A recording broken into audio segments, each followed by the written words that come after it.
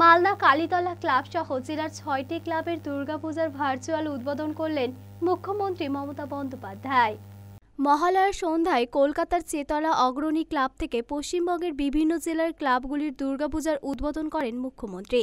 এর পাশাপাশি মালদা জেলার ৬টি ক্লাবের দুর্গাপূজার আনুষ্ঠানিক উদ্বোধন করেন তিনি।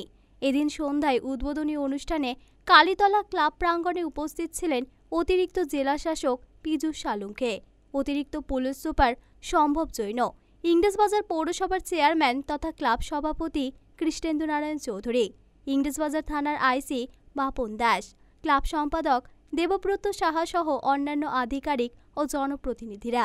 মুখ্যমন্ত্রী মমতা বন্দ্যোপাধ্যায় ভার্চুয়ালি খোঁজ নেন কৃষ্ণেন্দু নারায়ণ চৌধুরীর।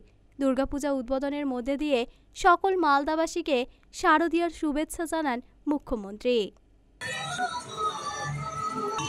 মালদা টুডে।